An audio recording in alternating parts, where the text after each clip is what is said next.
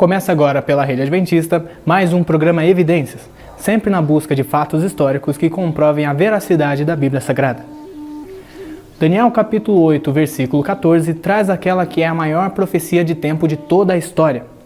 Nela é dita que, em até 2.300 tardes e manhãs, o santuário seria purificado. Qual o seu emblema para a história do cristianismo? Quer saber? Então não sai daí, que o Evidências está só começando.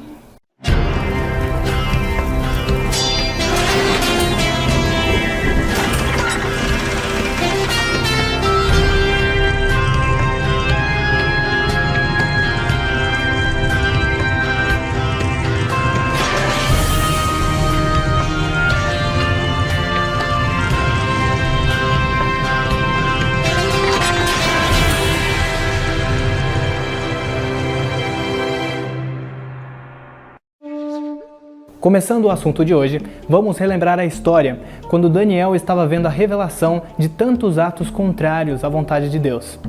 Daniel então escuta dois seres celestiais que travam esse diálogo.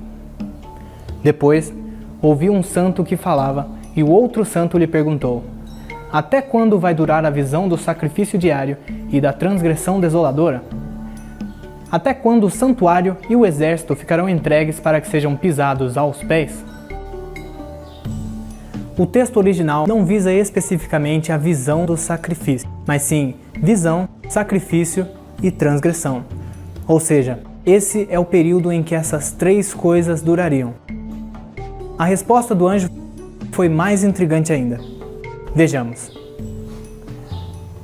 Ele me disse: até 2.300 tardes e manhãs. Depois, o santuário será purificado. Daniel 8, versículo 14. Qual o sentido desse período profético? Bom, antes de começarmos esse estudo, vamos nos contextualizar. O que a passagem quer dizer com santuário? Lembram-se de que havia um santuário na terra, onde o povo fazia seus sacrifícios a fim de ter os pecados redimidos? Pois bem, nesse antigo santuário, os israelitas realizavam vários tipos de cerimônias com o objetivo de apontar para o perdão dos pecados. Dentre essas celebrações, havia a chamada Yom Kippur, que é o dia do juízo, o dia em que se realizava a purificação do santuário. É bom lembrar também que o tabernáculo de Israel foi criado com base no modelo que Deus havia dado, e ele serviu como representação para nós humanos. Os rituais que foram instruídos a nós eram um paralelo ao que acontecia com o verdadeiro santuário, que é o santuário celestial, onde Jesus, que morreu pelos pecadores, foi para o céu, depois de ressuscitar, e lá ele está intercedendo por nós. Certo? Agora que já relembramos esse fato, vamos prosseguir com a profecia. Pegue sua Bíblia e acompanhe comigo o texto de Daniel 8,14, que diz assim: e ele me disse: até 2.300 tardes e manhãs, e o santuário seria purificado. Se levarmos em consideração aquilo que diz na Bíblia, poderíamos pensar que a profecia já teria se cumprido há milhares de anos. Afinal, vemos que desde o tempo de Daniel até os dias de hoje, já se passaram bem mais que 2.300 tardes e manhãs. Entretanto, se voltarmos ao livro de Gênesis, veremos que lá também se fala que houve tarde e manhã nos dias da criação. Logo, podemos concluir que a passagem de Daniel se refere a 2.300 dias, mas ainda falta um detalhe. Em outras profecias, nós vemos que a Bíblia, quando usa o termo dias, se refere a anos na realidade. Um longo período de tempo, não é mesmo? Apesar de ter uma grande sabedoria, Daniel não entendeu essa profecia quando ele a recebeu. Mas a resposta vem no capítulo seguinte, mais precisamente em Daniel, capítulo 9, versículo 23. Pegue sua Bíblia e acompanhe comigo agora.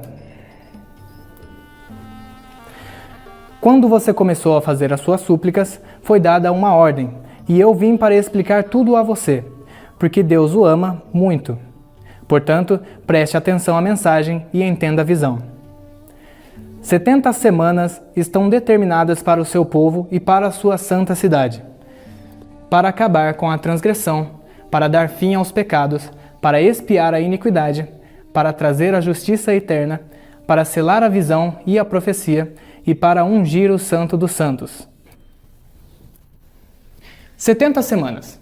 Se convertermos em dias, teremos 490 dias. Portanto, são 490 anos. 70 semanas estão determinadas para seu povo. No hebraico, hatak. Significa cortado. Então, 490 anos são reservados ao povo de Deus, assim como foi visto anteriormente. No capítulo 9, versículo 25 de Daniel, vemos que é falado que, desde que saísse o decreto para restaurar e edificar Jerusalém até o Messias, haverá 7 semanas e 62 semanas. As ruas e o muro se reedificarão, mas em tempos angustiosos. Perceba que ele fala onde se inicia a profecia, quando fosse criado o decreto para a reconstrução de Jerusalém. E isso acontece no ano 457 a.C., quando Artaxerxes oficializa o decreto. Observe na sua tela o gráfico que será formado ao longo desse episódio. Nós vamos deste ponto de partida em 457 a.C. e iremos até o final dos 2.300 anos da profecia. Voltando para os versos 23 em diante, observe que é falado que haverá 7 semanas, 62 semanas e mais no final fala que também terá uma semana. Se nos aprofundarmos utilizando a mesma lógica de antes, transformando semanas em dias, teremos algo bastante curioso, que eu gostaria de mostrar a vocês. Veja aí no gráfico e acompanhe. Começamos na linha de largada que nós marcamos e vamos avançar de acordo com o texto. Haverá 7 semanas. Que tal transformá-la em dias? Vamos lá. Tendo agora 49 anos, chegamos ao ano 408 a.C. Lembrando, quando estamos falando de antes de Cristo, nós voltamos os anos. Então, se somarmos 457 mais 49, teremos então o ano 408. Se vermos na história, neste exato ano houve a restauração de Jerusalém, assim como havia sido decretado. Prosseguindo, logo em seguida é falado que haverá 62 semanas, que são 434 anos. Esta data também é importante, pois no ano que chegamos agora, ano 27 depois de Cristo, é quando o próprio Jesus foi batizado. Interessante, não é mesmo? Por fim, é falado que haverá uma semana e no meio dessa semana será cessado os sacrifícios. E o que isso quer dizer? Após o batismo de Jesus e o fim das 62 semanas, se inicia o último período destes 490 anos, onde se fala sobre a última semana, que no meio será terminado e o período de sacrifícios. E eu te pergunto, quem veio à Terra para acabar com os sacrifícios de cordeiros como forma de simbolizar a Cristo?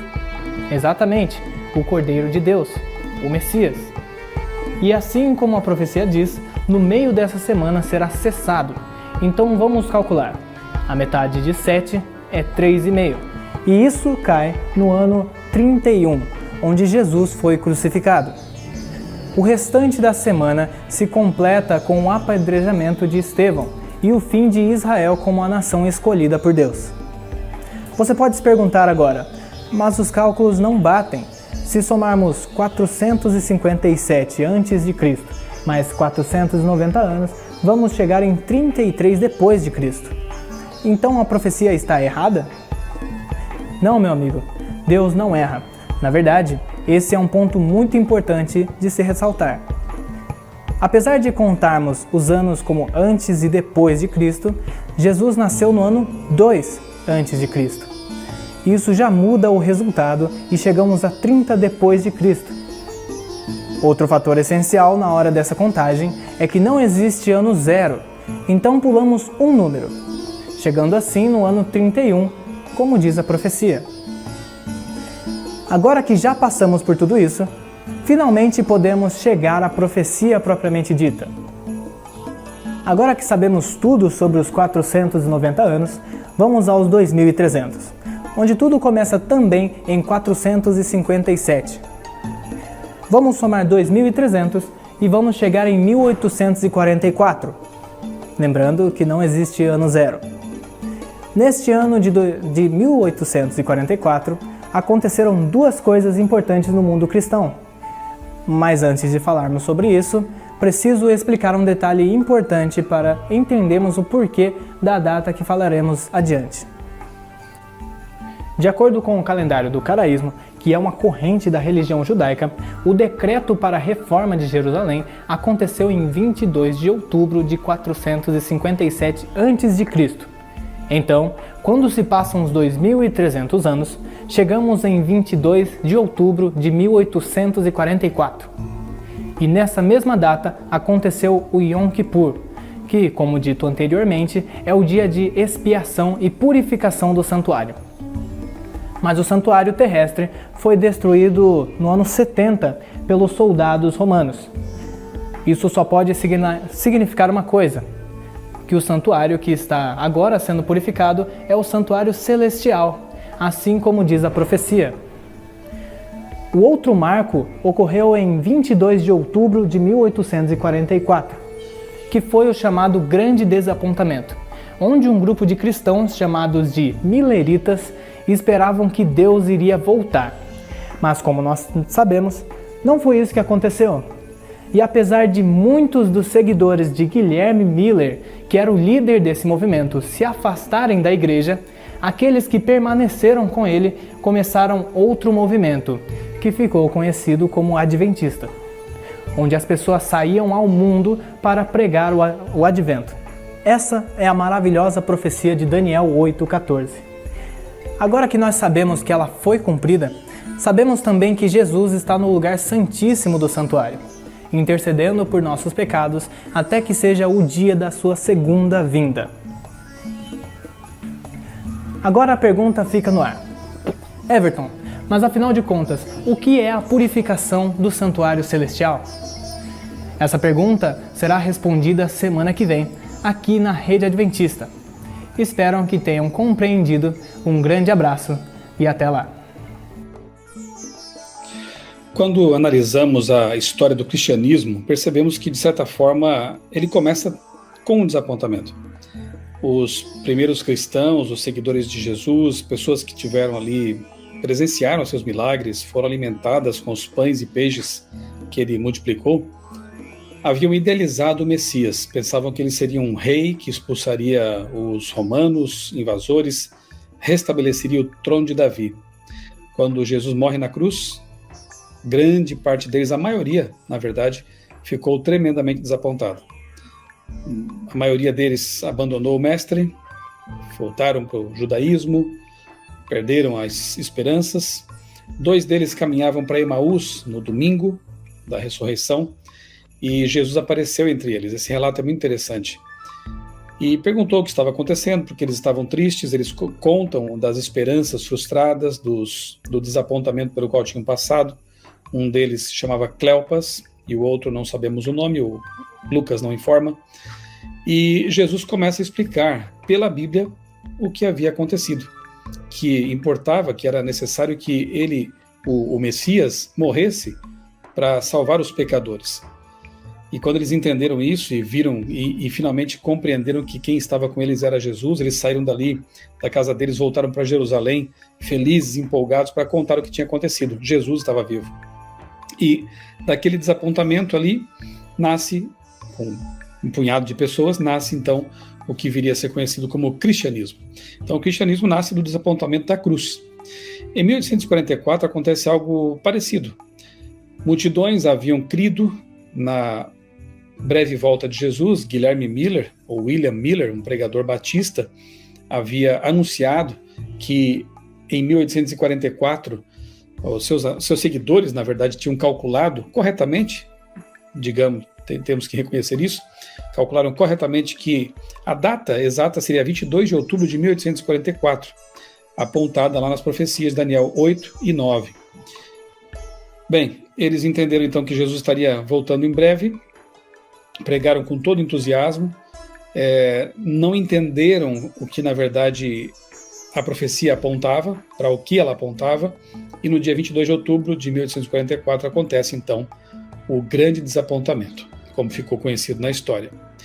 Curiosamente, no dia 23 de outubro, havia ali vários grupos de milleritas adventistas, pessoas que abraçaram as ideias de Miller, os cálculos proféticos, estavam ali chorando, desapontadas, arrasadas, e um pastor, um pregador, na verdade, um fazendeiro, um homem de Deus, ele visitava os grupos para confortá-los, e atravessando um milharal rumo a um desses grupos, ele teve um entendimento de que, na verdade, a profecia, embora a data estivesse corretamente calculada, não estava dizendo que a volta de Jesus seria em 1844, mas sim a passagem de Jesus do lugar santo para o lugar santíssimo do santuário celestial, e o início do juízo pré-advento, do juízo previsto na Bíblia como anterior à volta de Jesus, por isso pré-advento.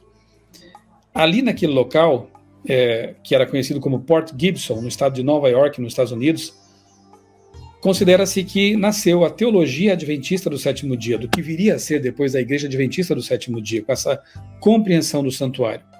Multidões, e a revista Seleções, inclusive, quando publica uma reportagem sobre esse grande evento, o grande desapontamento, informa que cerca de 1 milhão de pessoas haviam sido alcançadas com essa mensagem. Se levarmos em conta que os Estados Unidos, na época, tinham 17 milhões de habitantes, 1 milhão de pessoas é realmente bastante gente. Só que toda essa multidão, na verdade, depois que passou a data, simplesmente abandonou a ideia, alguns voltaram para suas igrejas de origem, outros perderam até a fé, mas um punhado de pessoas, um grupinho de pessoas, entre as quais Ellen White, Tiago White, José Bates, o próprio Hiram Edson, esse que atravessou o milharal e entendeu o que estava acontecendo de fato. Essas pessoas voltaram para a Bíblia, reestudaram as profecias e entenderam realmente o que havia acontecido. Com esse punhado de pessoas, então, é organizada, posteriormente, a Igreja Adventista do sétimo dia. Então, podemos dizer que em 22 de outubro de 1844 acontece no céu um evento importantíssimo, o início do juízo investigativo, a purificação do santuário, como prefigurada lá no ritual do santuário de Israel, o Yom Kippur, e na terra nasce um movimento que começa a anunciar esse grande acontecimento, um movimento que vem a ser conhecido como Igreja Adventista do sétimo dia. O cristianismo nasce de um desapontamento, há um Cleopas que entende, outros que estudam a Bíblia entendem o que aconteceu, o adventismo nasce de um desapontamento, há um Cleopas do século XIX, ali um Hiram Edson e outras pessoas que estudaram mais a fundo a Bíblia, entendem o que aconteceu, e assim nasce a Igreja Adventista do sétimo dia.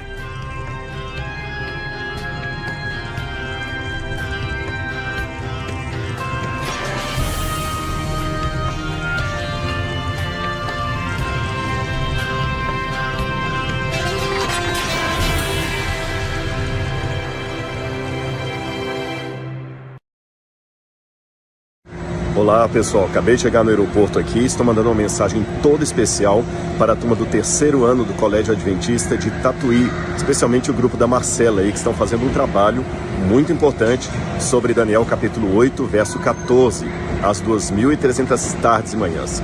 Esse trabalho é essencial para compreender os tempos em que vivemos e o significado profético deles. Você sabe, a Bíblia é o estudo que nos orienta na vida, e nós estamos em busca de fatos que comprovem a veracidade histórica da Bíblia Sagrada. Que Deus abençoe vocês nessa apresentação. Um grande abraço, tchau, tchau.